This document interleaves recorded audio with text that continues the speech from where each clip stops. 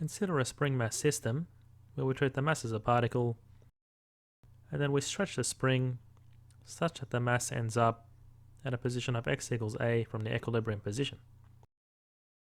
And when we release the mass, it oscillates back and forth from x equals a to x equals minus a. And when the mass is somewhere to the right of the equilibrium position of the spring, then the spring develops a restoring force that points to the left, with the force in the spring proportional to the distance from equilibrium. So applying Newton's second law, we have force is equal to mass by the acceleration. So when the position of the mass is to the right of the equilibrium position of the spring, x is positive, and the force and acceleration are in a negative direction. Now, doing some algebra, we can obtain the following expression.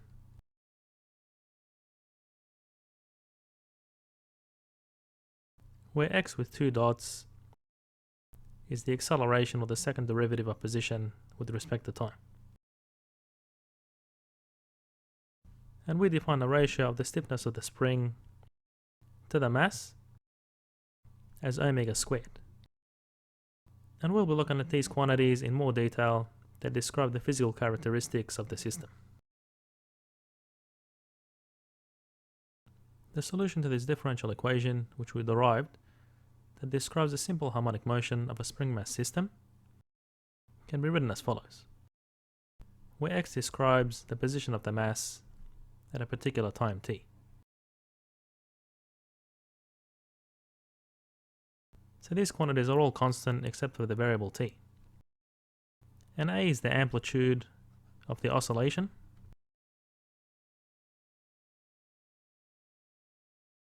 where the mass oscillates between x equals a and minus a. Omega is the angular frequency, and phi 0 is referred to the initial phase. And therefore the entire quantity in the parenthesis is called the phase angle. So the solution to this differential equation is a periodic function, because this oscillation of the system goes back and forth forever, as we don't consider drag or friction between a block and a surface. Here are several solutions plotted using this equation for simple harmonic motion with different initial conditions. So for example, for this case, we can stretch the block to the amplitude a, and then hold it at a velocity of 0 and release it. So the amplitude of the oscillation is the maximum position of the block from equilibrium.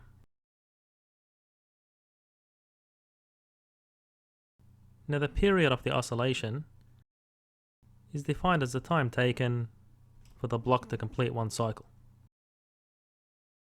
So in this case, it starts at a position A, goes to minus A, and returns back to its original position. So that takes 4 seconds.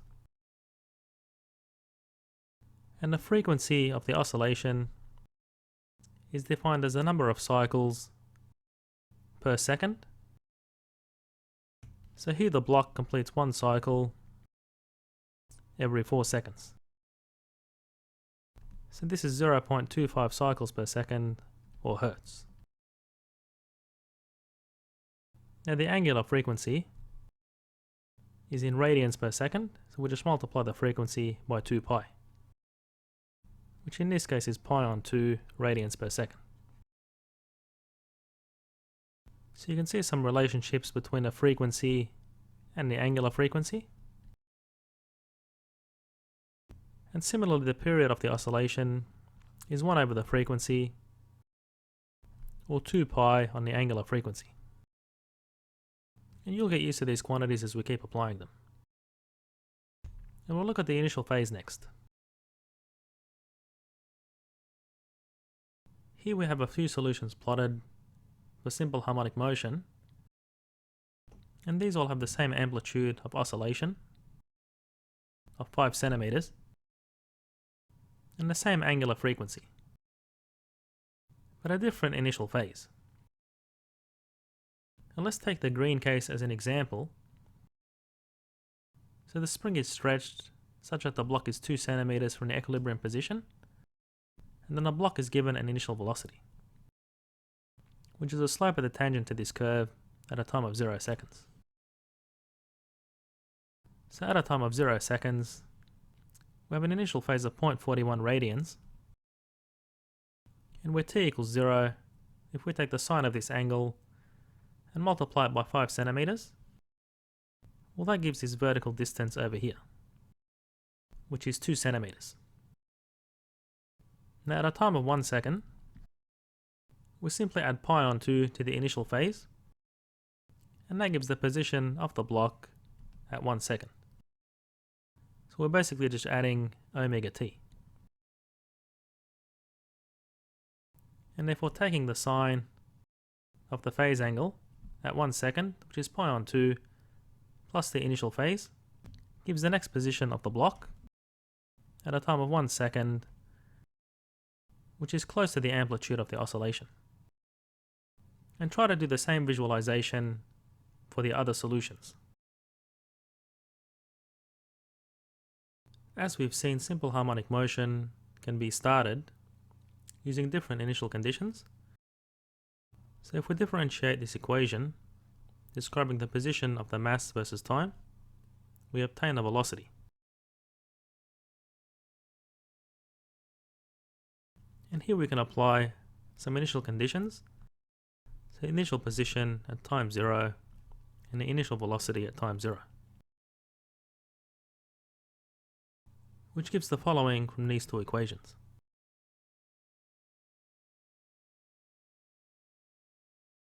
So from the initial position, we can determine an expression for the initial phase.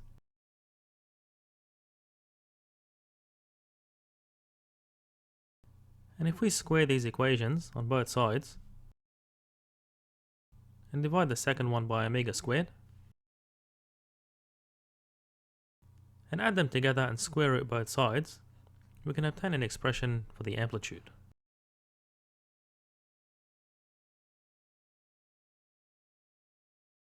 And therefore simple harmonic motion can be initiated using different initial positions and different initial velocities.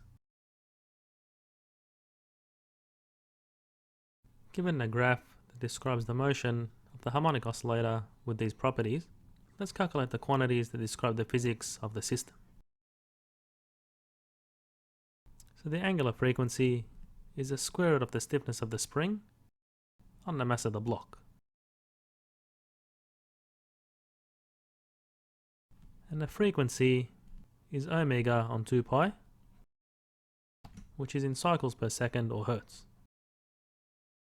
And the period is the reciprocal of the frequency, or 2 pi on the angular frequency, which is around 2.1 seconds. And the initial phase is the arc sine of the initial position on the amplitude.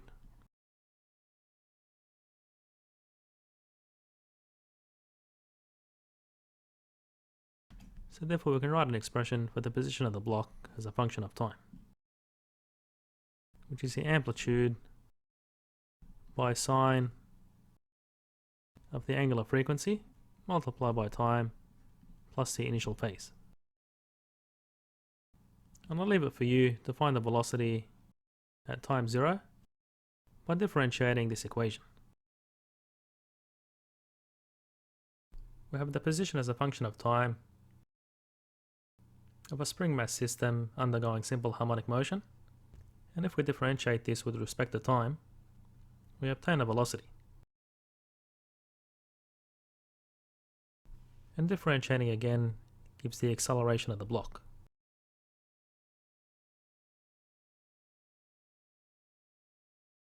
And from the graph, we can obtain the period of the oscillation, which is the time taken for the block to complete one full cycle. So that will be around 2.1 seconds. And therefore the angular frequency is 2 pi on a period, which is in radians per second. and the initial phase is 0 because the block starts from a position of 0. And we can also observe the amplitude of the oscillation, which is around 5 centimeters. So as we can see, the block starts from equilibrium, it's given an initial velocity, and because this is the undeformed position of the spring, the acceleration of the block is 0 at time 0. And when that block reaches the amplitude of the oscillation, you can see that the acceleration is at a minimum. So it has the largest magnitude, but points to the left, because the force in the spring is a restoring force that pulls the block back to the equilibrium position. And at this point, the velocity of the block is 0, because it's changing direction. And by similar reasoning, you can interpret the kinematic characteristics of this system by observing the points where the position of the block is passing the equilibrium position of the spring, and where the velocity and acceleration are minimized and maximized, which enable you to qualitatively describe the behavior of the motion of this system.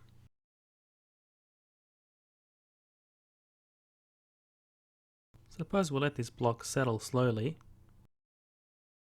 under its own weight from the equilibrium position of the spring. So when the system is in equilibrium, the block has moved a distance of ye, and then we have a force developed in the spring that balances the force of weight. And by Newton's first law, we have the following expression. Now suppose we give this block some initial velocity from the equilibrium position, and we'll measure y from the equilibrium position of the system. So we have the following forces acting on the block, and this time the force in the spring is k by ye plus y. So by Newton's second law, the net force on the block is equal to the mass by the acceleration of the block.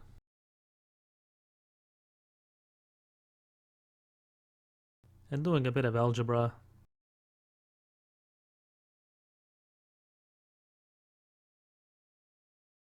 and from this equation, the expression on the right is 0, so we obtain the following differential equation. And dividing through by m, we can write this in terms of the angular frequency, where omega squared is k on m. And therefore we can use the solution we derived for the horizontal harmonic oscillator, which has the following form.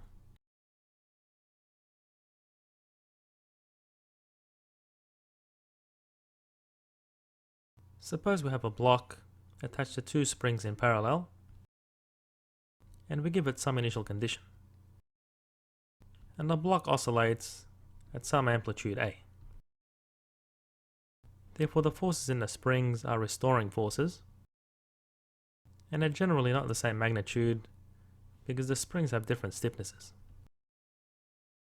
But because we treat the mass as a particle that only translates on this frictionless surface, so we would visualize these forces passing through the center of mass and not producing any torques. So therefore the springs would deform by the same amount that the block displaces from equilibrium. And that gives us the following equation of motion. According to Newton's second law, we can rewrite the equation as follows. And then dividing through by the mass, and designating the term in the numerator as the effective stiffness, and designating this term as the square of the frequency of the oscillation, then we can use the same solution that we derived for a harmonic oscillator with a single spring. We have a harmonic oscillator with the springs in series, and applying some initial condition to the block, we make it oscillate at some amplitude A. And taking a free body of the mass and the springs, the force acting on these components has the same magnitude, because we treat the springs as massless. So therefore the force in the springs can be written as follows. And the total deformation of the springs is equal to the displacement of the mass from the equilibrium position. So from this equation, we can substitute for x1 and x2. And if you do the following multiplication and do some algebra, you'd obtain the following expression for F. So applying Newton's second law on this block, we have minus F is equal to the mass by the acceleration of the block. And then doing a bit of algebra, and designate this as the effective stiffness while dividing through by the mass.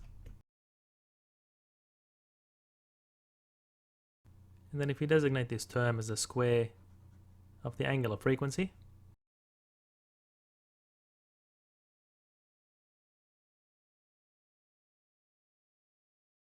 then we can again use the same solution that we derived for a horizontal harmonic oscillator with a single spring. Suppose we have a mass attached to springs in parallel and springs in series, and it's given some initial condition that makes it oscillate at some amplitude.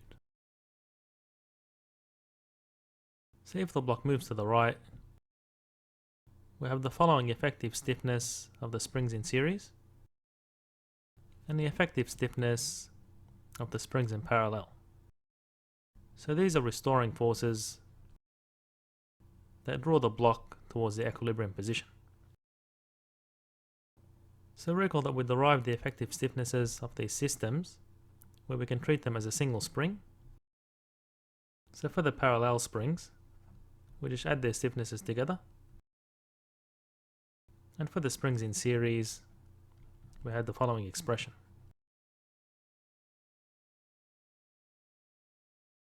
So therefore the effective stiffness of the system is the sum of these stiffnesses. And again we can write our equation of motion as follows, where the square of the angular frequency is the effective stiffness of the system on the mass of the block. So therefore we effectively collapse this system of springs into a single spring with the effective stiffness given below. And we can thereby use a solution we derived for a single harmonic oscillator to describe the physics of this system. If we consider a simple pendulum where we have a mass attached to a massless rod that swings through some angle theta. So we have a restoring force being the force of weight acting on the mass. And if we take a sum of torques about the hinge, the force of weight by the moment arm gives the torque about point P. And that's equal to the moment of inertia of the mass by the angular acceleration. Now you can get the same result by resolving this force into normal and tangential components, where the tangential direction is S. So if you take a sum of forces in the tangent direction, you'll obtain minus mg sine theta, and that's equal to the mass by the acceleration in the tangent direction, which is the same thing as L by the angular acceleration. Now if you do some algebra, we get the following expression.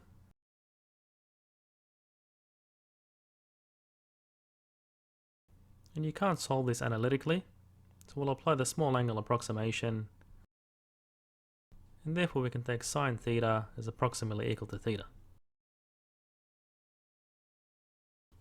And therefore we can write the equation in the following form, where the square of the angular frequency depends on the gravitational acceleration and length of the rod. And now we can apply the same solution that we derived for a horizontal harmonic oscillator.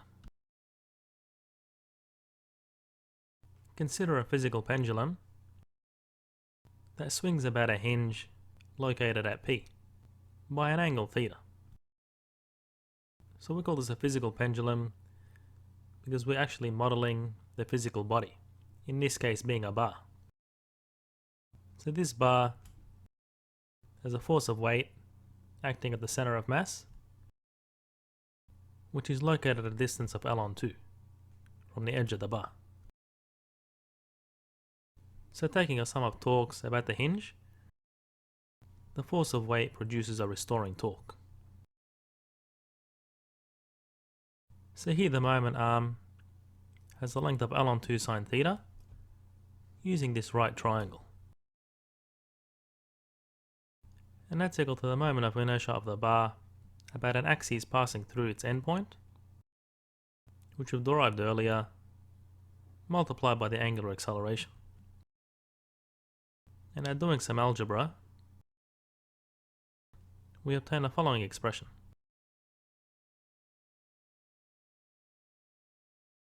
And using the small angle approximation, where the bar swings to a maximum angle much less than 1, then we can approximate sine theta.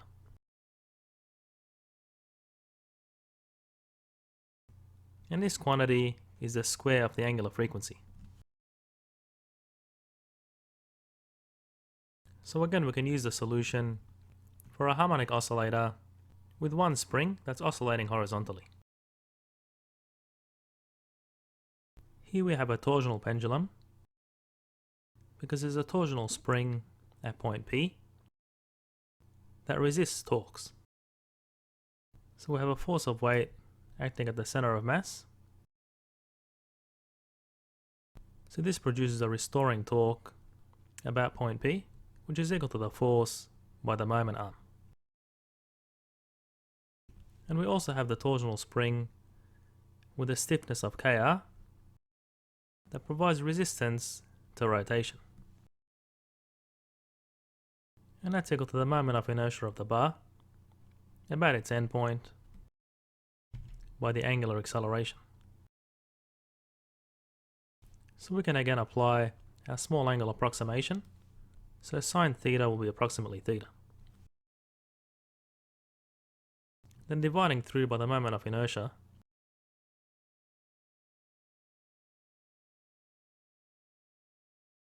and now we can group the terms on one side of the equation.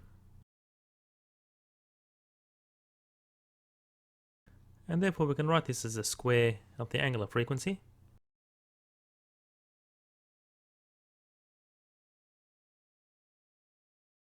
And therefore the solution to this second order differential equation will have the same form as that of a harmonic oscillator with one spring that oscillates in a horizontal direction. Given a harmonic oscillator on a horizontal surface, the total energy of the system is the sum of a kinetic energy term plus the potential energy stored in the spring. And when the mass reaches a distance of x equals a, being the amplitude, from the equilibrium position of the spring, well, the total energy is then equivalent to the potential energy of the system. And we can show this by using the solution to the differential equation, which we derived as follows. And if we differentiate this, you'll get an expression for the velocity of the block. So these expressions can be substituted in a total energy equation.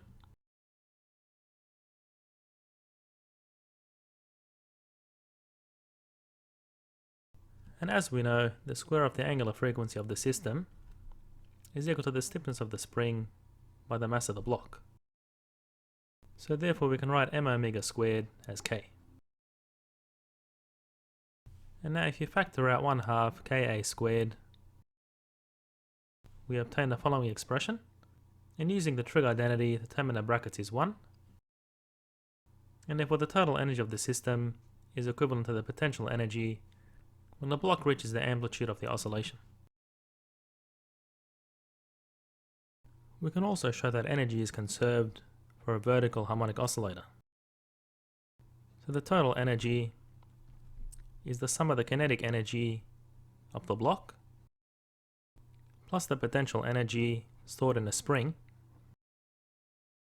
So when the block reaches some distance y from our system's equilibrium position, the spring is stretched ye plus y. And then taking this as our reference point, we can subtract the gravitational potential energy, which is mgy relative to this point. And note that there's a loss of gravitational potential energy because the block displaced in the direction of the gravitational force. Now if we differentiate the energy with respect to time, we can apply the chain rule. And to evaluate the derivative of the first term, we differentiate the energy with respect to the velocity first, and then multiply by the derivative of the velocity with respect to time to get the acceleration. And that's just applying the chain rule. And for the second term, you can apply the chain rule or the product rule. Then we subtract mg y dot. And now if you factor out the velocity, we obtain the following expression.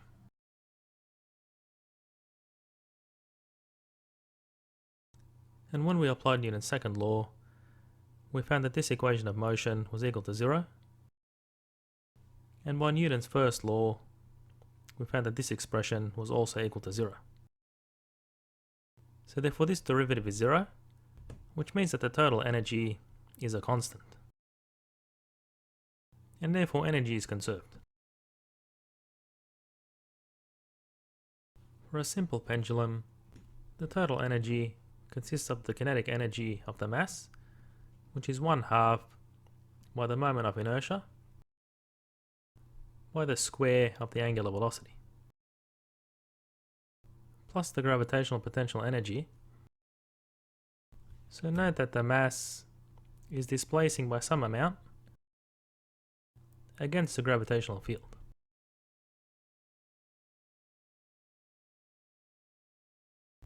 So by trigonometry, we can obtain this distance, which is L cosine theta, and then subtracting this from the length to the center of mass gives the following expression for the gravitational potential energy.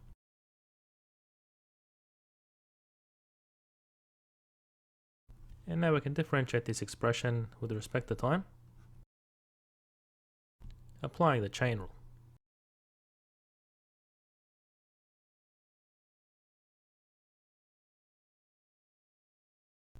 And now factoring out the angular velocity,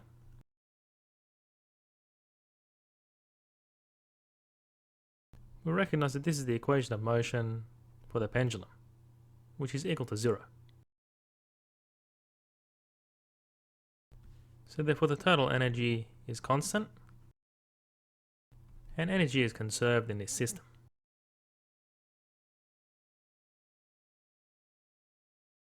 Block A is attached to a spring, and block B is initially at rest. And the spring is compressed to half its equilibrium length, and when it's released, block A collides with block B at the instant when the force in the spring is 0. Now assuming a perfectly inelastic collision, write the velocity of the blocks just after impact in terms of the velocity of block A. So applying the conservation of momentum, because there's no horizontal force acting on the system, and we assume the perfectly inelastic collision.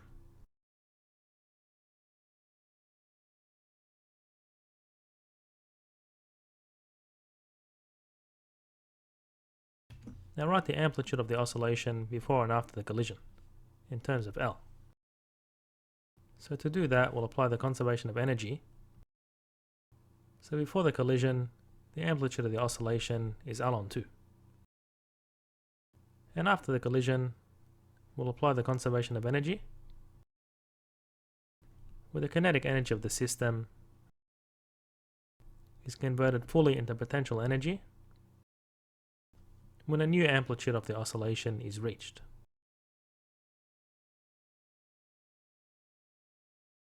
And before the collision, you can also apply a conservation of energy, so the potential energy in the spring is converted into kinetic energy of block A before it collides with block B. And then from these two equations you can complete part B. And I'll leave it for you to write the angular frequency and period before and after the collision, in terms of the stiffness and the mass of the system, and post your answer in the comments. A physical pendulum with a uniform bar of mass m and length L swings about a fixed axis through P. And first we'll determine the torque produced by the bar and the sense of the torque about P. Well, we have the force of weight acting through the center of mass, and a vector from the pivot point to this force, which has a length of L on 2. And this vector produces a clockwise torque about P. So effectively the torque by the right hand rule is negative. The force by the moment arm, and the vector has a direction into the screen. Now the equation of motion states that the net torque about P is equal to the moment of inertia about P by the angular acceleration. And doing some algebra, we can rewrite this as follows.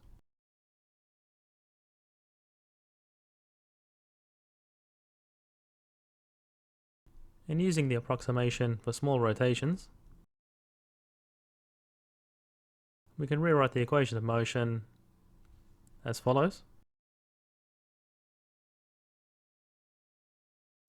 where the square of the angular frequency is 3g on 2L. And therefore the angular frequency is as follows, and the period of the oscillation is 2 pi on the angular frequency.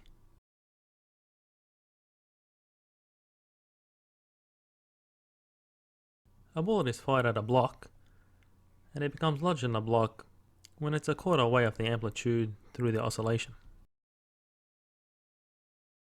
Now write the velocity of the block immediately before and after impact, in terms of the following variables.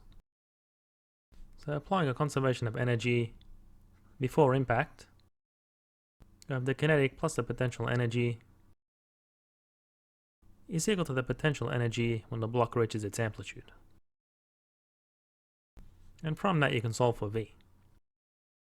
Now after impact, if we isolate the entire system, and the entire system is not subjected to an external horizontal force, so therefore the momentum of the block is equal to the momentum of the system with the bullet lodged in the block. And you can solve for the velocity after impact. Now write the frequency of the oscillations before and after impact in terms of the following variables. So the frequency before impact is the angular frequency on 2 pi. And after impact, the mass of the system changes with the bullet lodged in the block.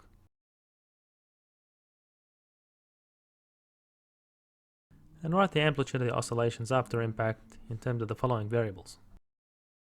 So applying a conservation of energy,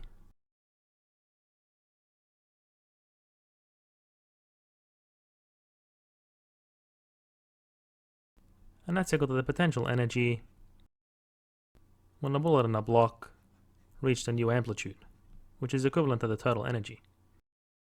And now you can solve for the amplitude by substituting the values we found from part A. A block is attached to a spring with a ball resting on it, and the spring is compressed to half its length and released, and the ball leaves the block when the spring reaches its equilibrium length. So treating the ball and block as a particle, if we initially leave the spring to settle under the influence of gravity,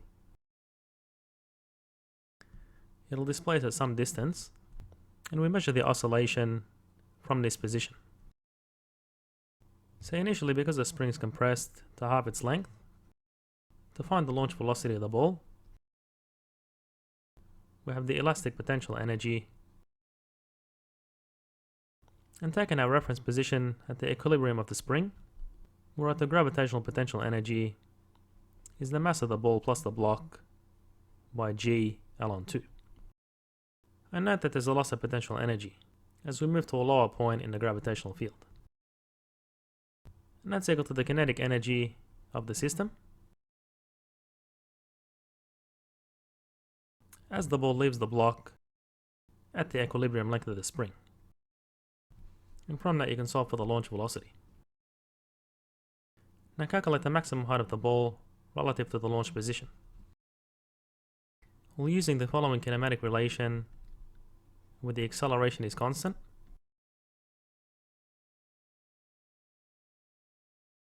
the final velocity is 0, we have the initial velocity, and we can solve for the height.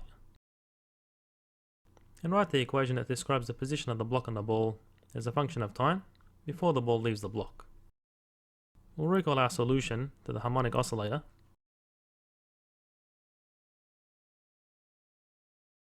So the frequency is root k on m. The amplitude is L on 2 minus ye. And ye can be found using the equilibrium equation we derived using Newton's first law. And the initial phase must be minus pi on 2 because the block starts at a compressed position of the spring.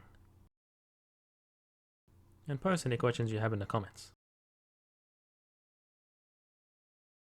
Suppose we conduct an experiment where we have a pendulum with the same mass attached to the end, attached by massless strings which have a different length. And then we'll let the pendulum swing through small angles